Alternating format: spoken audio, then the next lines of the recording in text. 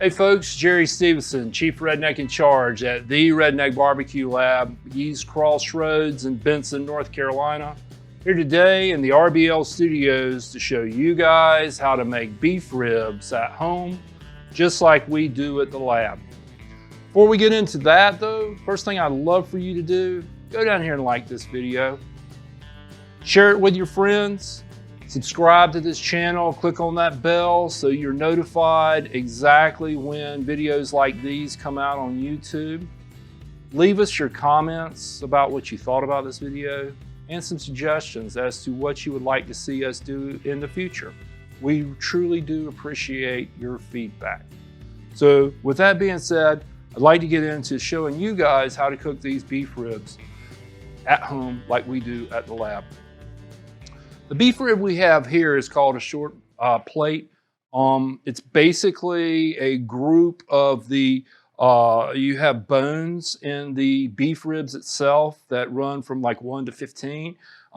These right here, somewhere between 5 and 12 are where these plate ribs are found. If you can imagine, they're kind of like up in the center right here. Directly above them is where the ribeye is at. So this muscle is a muscle on the cow that doesn't do a whole lot of work. It moves and stuff like that. But what that means to us is that it doesn't mean that cows are lazy or this is the lazy cow muscle or whatever. What it means to us is that normally this is where we find the most tender and fattier part of the animal, the cow. And these ribs are located, like I said, underneath the most desirable cuts, the tenderloins and loins on the cow. So this is what we cook at the lab. You can cook chuck ribs at home. The chuck rib is somewhere basically like right here towards the shoulder of the cow. They're a bit meatier, a bit thicker. They've got great flavor, not as tender. These are the ones we prefer. There's some other ribs you'll see that they call beef ribs. It's basically bones. Don't buy those. Don't waste your money. They're the cheap meat. They're great for dog food. You cook them. It's like eating jerky in between bones, and you're paying more for bones. Don't buy those. Just don't even be tempted. Just don't do it. Spend the extra money. These are kind of pricey. I think you'll find these running. I think we pay somewhere around $6 a pound for them. So you get what you pay for, and this is it. So first thing we want to do is we get these short plate ribs to smoke. I want to go ahead and take off some of this fat, and what's underneath some of this fat, you may be able to see it, you may not, and I'll show it to you later, is some elastin. And basically what this does is it kind of holds the muscles together. And it's super duper strong. Imagine it, it's like carbon fiber of the animal. It just holds things together and keeps the muscle groups together when it moves. But when you cook with this on, it doesn't allow my rub to get into it. It's kind of the elastin's non-transparent. It's like stuff doesn't go through it as well as if we remove it. Fat like this right here, everybody thinks that fat goes into this meat and flavors the meat. And sorry to be the Grinch, folks. That ain't true. All that fat does is it rolls off the meat. If it rolls off the meat, goes into your fire, goes into your pit, and just is discarded. Or it's still attached to the meat, and you bite into it, and yes, fat is flavor, but I think I like a little bit of rub more so than I like fat on this. So with that being said, let me show you guys how we trim this up. Then we're going to season it, and then last, we're going to throw it onto a smoker, let it sit overnight. So first thing I want to do is I just kind of want to feel this, and I can feel this is some nice hard fat and stuff, and I can see the elastin there. So I just want to kind of start and kind of go underneath this and start with a sharp knife going away from me. Do as I say, not as I do. Sometimes you will catch me doing this right here. It's not the best way to trim, trust me. It's not because I'm a professional. It's because I'm a professional, maybe because I've ruined so much meat in my lifetime. I can tell you what not to do. And maybe I'm a knife professional, is that I've cut myself accidentally so many times that, yeah, I can definitely tell you what not to do. Another pro tip that I'm gonna tell you guys, before I trim these beef ribs, I like to put them in the freezer for a bit. Let them get kind of stiff. You know, you can kind of tell I'm doing like this, and it's not completely frozen, but it's really like at that middle point. Where is it frozen or if it's not? It's not going to affect anything, us cooking or anything, but boy, it makes trimming these things so much more easy. I can just slide that knife right underneath there and not have to worry about, you know, the meat flopping around or anything, and makes life a bit more easier. So maybe that's a pro tip for you guys. Just like I picked this up, one of the things from when we make sausage, which if you guys subscribe to this video, you'll probably see how to make sausage coming up, or maybe already see one on our YouTube channel up there. So you'll understand why it's important with sausage, why we want a cold product to be able to grind. Guess you can probably figure it out, but the video itself will basically show you why and explain why it's important to have a cold meat and a cold fat making sausage. So I'll just keep banging away on this. Notice I'm not making deep gouges or anything. I'm just kind of going in and sliding my knife underneath it. I'm going to trim this down as much as I feel comfortable. You know, sometimes you get these fat veins that go through this, that go way through the meat. And unfortunately, kind of like this right here, it may be one we end up leaving. But we're going to get it as close to the bone as I feel comfortable. Unlike a spare rib on a pork, on a pig, spare rib on a pig, a lot of times between the bones is where we find the meat. On this, the meat is typically above the bone. So we want to keep as much meat as we can. But like I said, I do want to try to get as much as that fat out of there, because it will not render down. It just won't do it. Even if as long as I'm gonna cook these. I mean, we're gonna end up cooking these in a smoker, 225 smoker. We'll end up cooking these for about 12 hours. So that's about as far down as I'm gonna go with that. That'll be all right. So there you go. That's pretty much pretty good trimmed beef rib, and you kind of tell I was like not going down any further because I am looking at the bone right here. I got right down to the bone with this, and you know, it's all about where you want to stop. You can leave it on if you want. I'm comfortable with this. So anyway, next step on this is I want to go ahead and put this into a pan. And right now I thought I heard about 15,000 people scream, "Jerry, wait a minute, you're supposed to take off this membrane on the back." Well, you can. There's just elastin right here on the back side of this this beef rib, and you can take it off if you'd like. Basically, I want to leave it on a beef rib. Why? Because some of you folks who have watched our pork videos know that I say take the elastin off. There's a difference. Pork ribs were going about 4 to maybe 5 hours on a grill. We can take them off. Beef ribs, we're going to go like 12, 15 hours on these things, low and slow. I want that elastin as a safety net.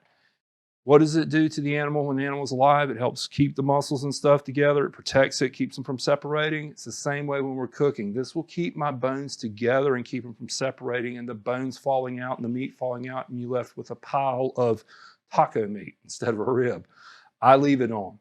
So hopefully all you folks out there that may have screamed, "Oh no, you hadn't taken the elastin off the back of it." Well, I mean to leave it on that. So let's talk about seasoning. With our beef program at the lab and my beef program on the Kansas City Barbecue Society Trail competing, I use a 2-rub process on this.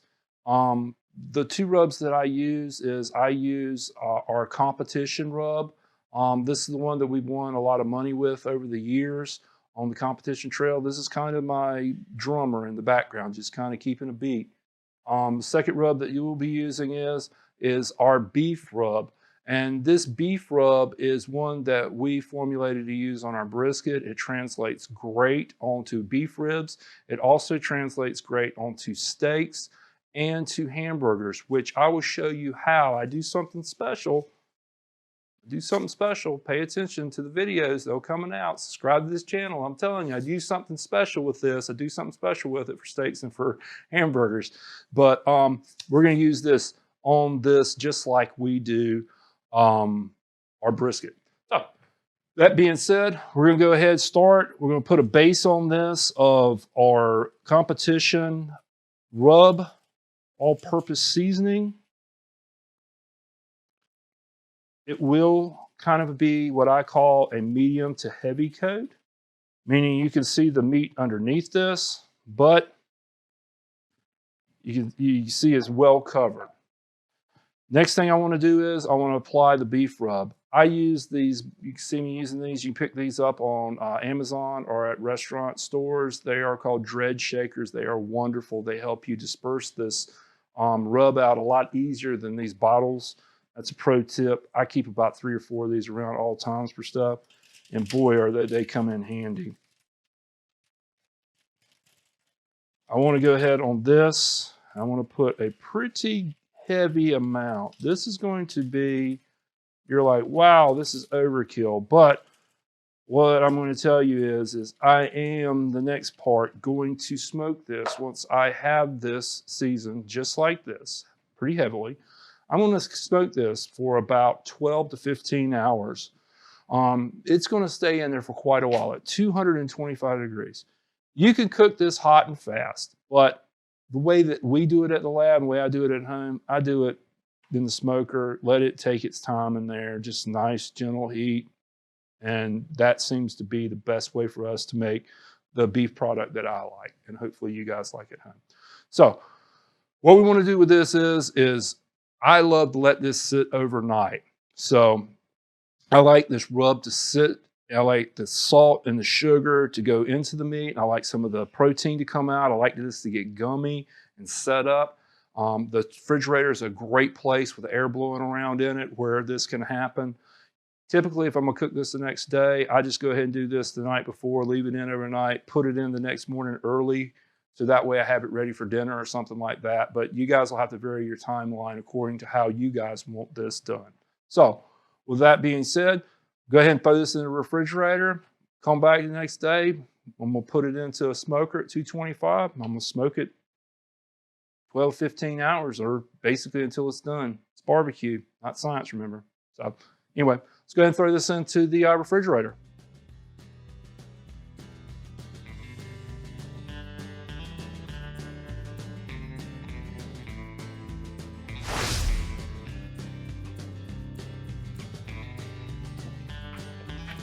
All right, now to the next step, cooking this rack of beef ribs. You can kind of see our beef ribs have sweated. Basically, they sat inside for about an hour.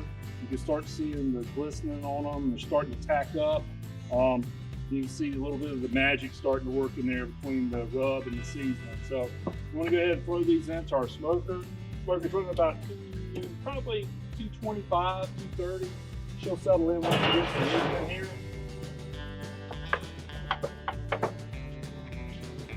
Go ahead and put this beautiful rack of short ribs in there.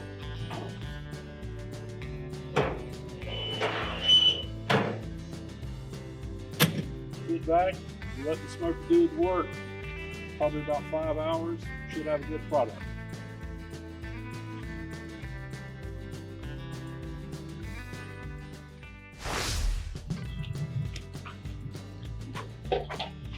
All right, it's been about 8 hours. I'm gonna go back and check beef ribs. Checked them a little bit earlier and they weren't ready. So we're just letting them go, trying to make sure they're still tender. I've got a probe here. I'm not really checking the temperature as much as I just want this probe to go in really easily, but I want it to come out with just a little resistance to make sure there's still a little bit of moisture in there. So let's see what we got. Man, it smells good. Oh yeah. Yeah. Goes in and it feels almost like a little suction. You can kind of see the meat pull up. When it goes in really easily and it comes out like that, that's how I can tell that we're done. So the next thing I want to do is I want to get off these beef short ribs. I want to put them into a pan and lightly cover them with foil and let them sit for just a little bit to rest. That way, when we go to cut these things, the juice doesn't run out of them and stays in them. So let's hurry up and get these off.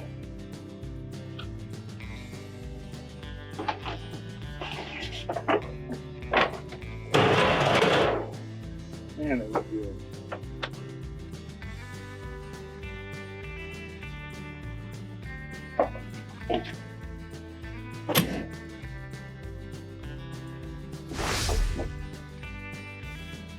Well, folks, it's been an hour. We got these beef ribs off a smoker. I've been sitting here just salivating, ready to like gnaw into one. That's like the toughest part. It's not so much as them sitting in the smoker and you're worrying about them being done. It's finally when you get them off and you're like, man, now it's time to cut these things. So without further ado, let's jump into them and see what we did, how we did. This is one of the things that I started cooking not that too long ago. It was one of the things that I'd had before, but never like this. Basically, what I akined it to the first time I had one of these is someone had said that this was basically a ribeye on a stick, and that's basically what we've got. Man, these things smell awesome. I mean, I'm just sitting here salivating right now, just ready to just nosh into one of them. They literally like just ready to fall off the bone. And as you can tell, it's getting kind of hard to speak back here. So without any more hesitation, man, things are good. Just like the first time I had one. You get smoke, you got the pepper from the rub, you got the salt, you got a lot of this big collagen flavor on the inside, this jelly that's in there that holds this apart, or holds this together, keeps it from falling apart. And none of you can just see it, but I mean, it just pulls right off the bone. Succulent, tender, juicy. And that right there is the way we do beef ribs at the lab. Hopefully you guys can do them at home. So once again, I'm Jerry Stevenson, Chief Redneck in Charge at the Redneck BBQ Lab, Keys Crossroad in Benson, North Carolina. Please like these videos. We're doing these for you guys. Subscribe to our channel so you guys can see more of what you saw here today in the future. Share this with your friends. It's very important we get out there and spread the word around about what we're doing. This is our way of kind of giving back. We can only get so many people in at the lab, but we can get you guys all over the place. And if you have any comments or suggestions, please leave them right here down below, and we will get to them as soon as possible. I just appreciate sharing this time with you. I enjoy passing on some of my knowledge, and more importantly, try to tell you guys what not to do for my mistakes. I'm Jerry Stevenson, Chief Redneck in Charge at the Redneck BBQ Lab here at the RBL Studios. My friend Mike Baker from Event Webcasting. Just want to tell you guys once again, be kind to one another, smile, pass that stuff around. It's the best thing in the world. We all need it. Love you.